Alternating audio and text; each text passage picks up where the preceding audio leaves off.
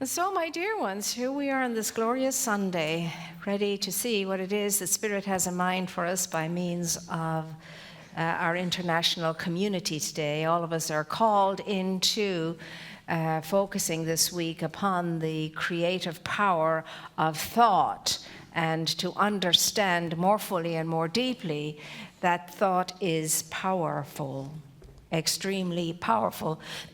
Indeed, there's nothing more powerful than thought, because every thought is an act of creation. Every thought is moving something toward expression. And consequently, you and I are asked to be mindful of that awareness and to think accordingly so that we can feel accordingly, so that we can behave accordingly, and so that we can be the best that we can be while we are here, while we are entertaining a body. And a body is what we are entertaining. My soul is not in my body is in my soul. You and I entertain a body on planet Earth. It's a vehicle that we need in order to be able to be here. And so we bless it into that beauty and grace that it is, but we understand and know it is the vehicle. It's not the thing itself. I am the thing itself. And this is the vehicle that supports me and assists me in being all that I can be while I am here. And my thinking and my feeling affects this vehicle. My thinking, my feeling is the caliber of fuel that I feed it. And depending upon how I take care of this vehicle will depend on how well it will run for me while I'm here. It's just like a car, in a way. And so we get that and we understand that. So this week, your thought and my thought is going to be of high caliber. And then you'll see how that affects every aspect of life and living. Up toward the front of the textbook, you will find Ernest Holmes talking a lot about the power of thought. Around page 30, he says that every time you and I think, we are using the universal mind. We're using the universal mind, and we're thinking into it, and we're thinking from it. That's how awesomely powerful thought is. So consequently, we are reminded that it's not my mind that I'm thinking with, it's universal mind that I'm thinking into and thinking from, in my own unique way, in my own odd, unique way. That's how thought is. And so called again to understand that there is no such thing as a small thought, as a little thought, as an insignificant thought. All thought is powerful, and it's fueling something or another that I will manifest if I think it enough, because what I think about, what I expect, I do experience. I do experience. So this is an awesome power for you and I to be in control of, to manage. The question is, are we in control of it and do we manage it, you see? Because when we're out of control and not managing it, we get ourselves into trouble. But we know how to undo that, don't we? Just gain control again and monitor and manage our thought. Easier said than done, as we all know. Easier said than done. Why? Because the mind is in the bad habit of doing its own thing and racing anywhere it wants to go. Mindlessness, that's called. And that's why we're all across the various and sundry spiritualities, we're all called to mindfulness. Mindfulness. And so this week is the week where you and I are called into that. And of course, we are influenced by our circumstances and we are influenced by our situations with regard to how we think and how we feel. And the example that we're all asked to look at this week is the example of Viktor Frankl, who, when in a concentration camp in dire circumstances, had the most enormous and wondrous breakthrough and had a very enlightening experience. When they were on a march late into one night and moving toward the early morning, wherein these marches were pretty brutal. If you couldn't keep up, you got the butt of a rifle in your back or whatever, and the only way they could make it would be to carry each other when each one faltered. But anyway, he was walking along and he began to think about his wife. And as he began to think about his wife, something came over him. And it started out with him wondering whether or not her circumstance was any better than their circumstance in the concentration camp that she was in. But then he had a real sense of her presence, and he felt her presence, and he could see her, and he heard her speak to him and look at him with a loving, very encouraging look. And he said something transformative happened to him. That look was so luminous, he said it was more radiant than the sun that was beginning to rise into a new day as they marched along.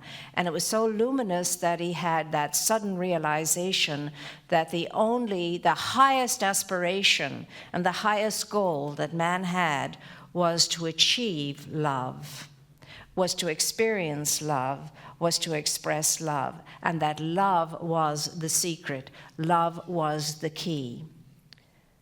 And he could experience that in those dire circumstances, and he could live from the experience in those dire, desperate, awful circumstances that he found himself in.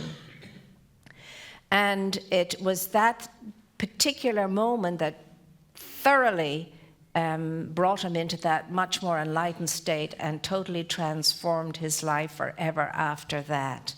His wife didn't make it out of the concentration camps, and in fact he lost all of his family with the exception of one aunt.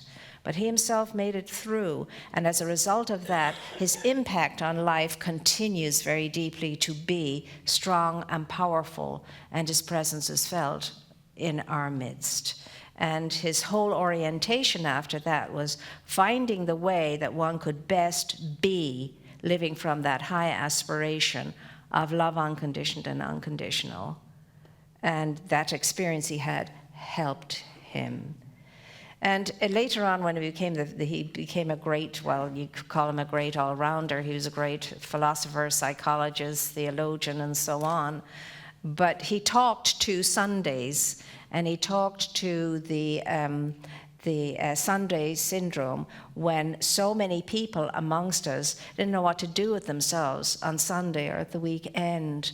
And it was called, the Sunday loneliness factor. They didn't know what to do outside of work. They didn't have enough to fill them outside of their work. And so Sunday became a challenge, and a lot of people got depressed over the weekend, and it turned for some into boredom, and some into, what's it all about, Alfie? It's meaningless, the whole thing, and so on.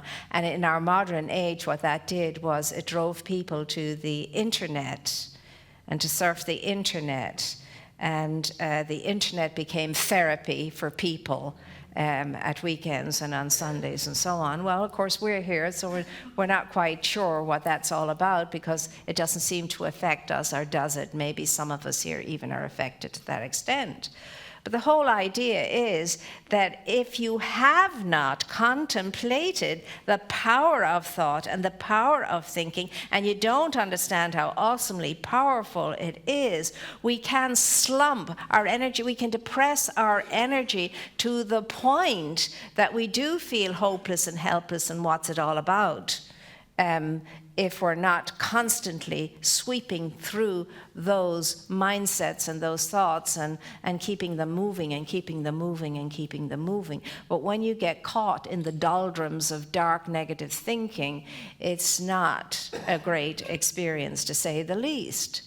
And so that's what we have to do. And Dr. David Bruner, who was responsible for the theme of today for all of us, takes up the idea that in our thinking, in our feeling, we can certainly isolate ourselves and we can become separate in that way. And he brings out the point that, if you really, really, really think about it, you can do without a mate. But the one thing you cannot do without is community.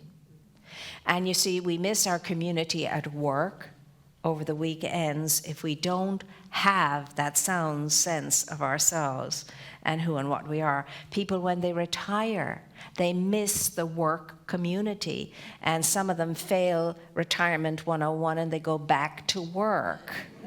Now, others will take up volunteering, and then they'll find communities out of their volunteering, and it's good for them. In fact, any retired person I know is busier now than ever they were when they were working, because they have found other ways to interact and so on in communities. So the village, the community, is exceedingly important in our lives. And it made sense to me, that point, because I remember my mother always saying, you can do without your own, but you cannot do without a good neighbor. And I suppose she meant that your own will be far away, your family is not always around you necessarily, but you always have neighbors. So consequently, it's good to have a good neighbor. A good neighbor can make you or break you if it's the neighbor from hell, as some people tell me they have. And so on. So it's that element of community. So we are an individualized expression, but we are called to be that in community. And you see that with all of the great ones, all of the great people that we would call the closest thing to enlightenment or enlightened, were people that lived in community. Yes, they may have had their quiet time and their separate time and their space time within that community, but they were with the community. And, the great ones will also say, it's no good for you to go away and be a recluse on your own up there in the hills and under a tree or wherever you are, unless you come back down into the marketplace and share what you've experienced there with everybody else too. There's how you do the good. There's how you do the good. And it's an interesting thing about how our thoughts get presented, how our thoughts can be conveyed.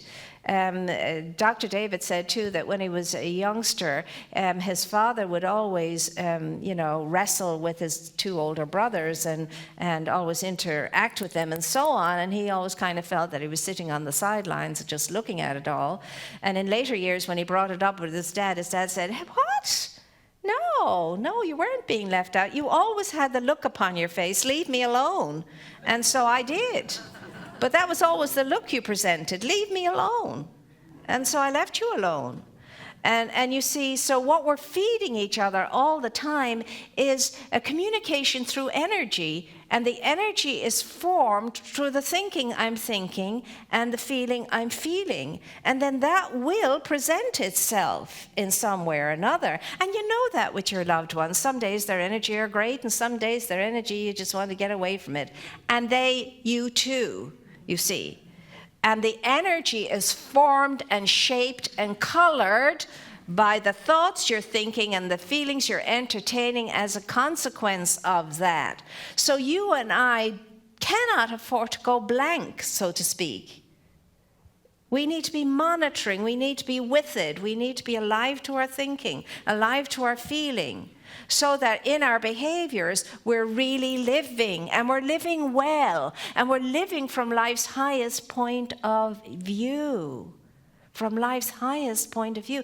So thinking aright, feeling aright, will always have you and I living on that high plateau of thinking. And remember, it's all about altitude. Attitude and altitude go hand in hand. I mean, if I have a great attitude, I'll be thinking high. My thinking will be high, my feeling will be high. And the challenge this week for you and for me is to think high and wide and deep, so that we are alive in a way that you can actually feel the energy, your own energy. You can feel that empowerment. And so we're asked to ask ourselves the question, what is the effect overall of your thinking generally? Is your thinking powerful? Does it empower you, and does it empower everybody around you? And if not, why not? Viktor Frankl said that in the concentration camp, he learned that there are only two races of people, and he defined them as the decent and the unprincipled. The decent and the unprincipled. And Dr. David asks us to ask ourselves, where's our thinking most of the time? Is it in the decent or is it in the unprincipled? Because we need to get a grip on what our thinking is doing in our lives, the effect it is having upon us and everybody else around us. Your power is in your thought. It's the only place your power is. Your power is in your thought, in the way you think, because the way you think causes you to feel, and the way you feel and think produces your behavior, and your behavior has a super effect not only on your own life, but on all of life.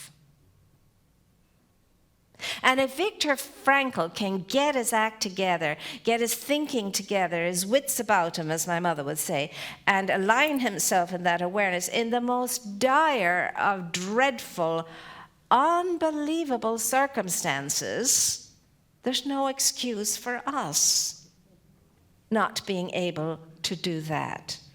And it ought not to take something majestically terrible happening before we wake up.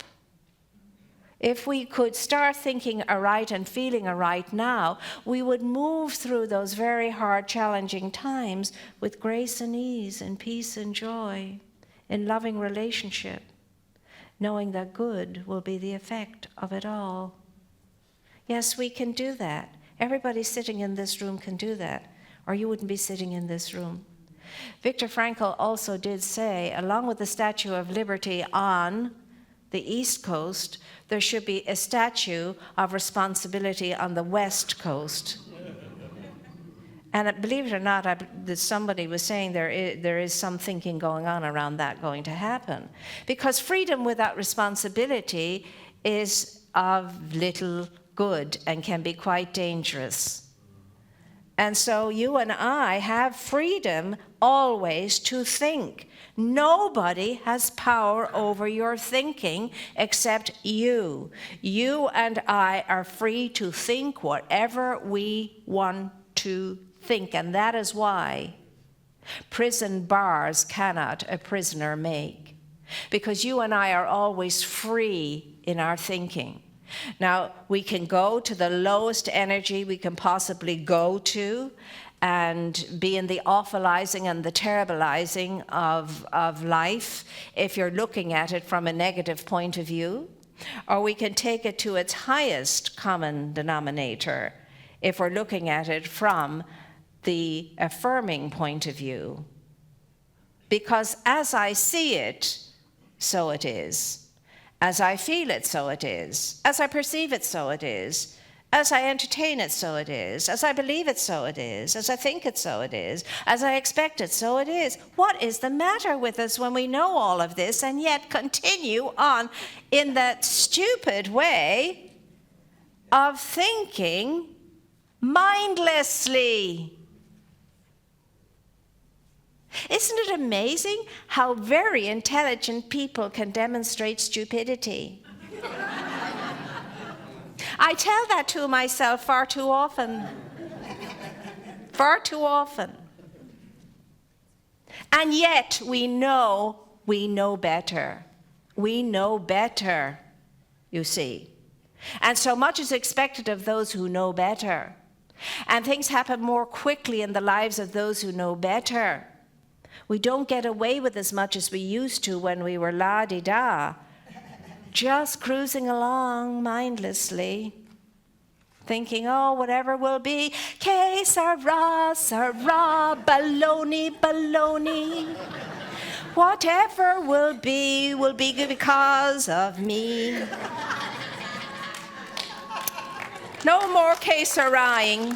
No more que-seraing. It's a lovely excuse, and it's lovely to be able to blame. Oh, well, it's just life happening. I have no control over it. I have no power over it. Oh, come on. Come on now. Come on now. This is a week for us to get it together. If we could just promise ourselves some doable thing, one doable thing, And the one doable thing I'm challenging us all with is when we catch ourselves in the day with our minds racing and ranting and running away with itself, at least once in the day, to stop it and knock it off, to stop it and cut it, and to pull our wits about us, gather ourselves together again, say, no, that's not my reality. I will not entertain such thoughts. I don't choose to allow that to be my reality. No. You weren't invited, so here's your hat, what's your hurry? And these thoughts are not invited, they're unconscious thoughts, and they may be a bleed through from collective thinking.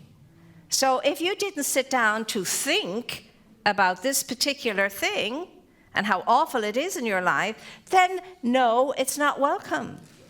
Off it goes. Here's your hat, out the door. Thank you for visiting. I don't think so. Don't need what you've got. And it's whatever it takes for you to find your way to do the Caesar thing with the dogs. Whatever that is for you, you've got to find how to yourself. I so often feel like doing that at meetings I'm at. I feel like going... I've actually done it to myself in a meeting. I've gone... And everybody wanted to know what that was about, which gave me the opportunity to share. You know, so it would be impolite to anybody else, but you can do it to yourself. So we are going to collect our wits about us this week. We're going to align ourselves with that which is greater than we are. And simply, but that means live from the highest point of view, the highest common denominator. Don't let people take you to the lowest one. Do not let anyone or anything take you down to the lowest common denominator. You take them up to the higher one, And make it a game, make it fun, make it a practice after that, because it will become a practice after that. What I think affects every aspect of my life and living, and not only does what I think affect every aspect of my life and living, it affects your life too. All of life, what I'm thinking and feeling, affects all of life. That's my responsibility. So the sooner the better. The statue goes up, and interestingly enough, it's going up on on the West Coast, the Statue of Responsibility. It will be a lovely thing to remind us of all.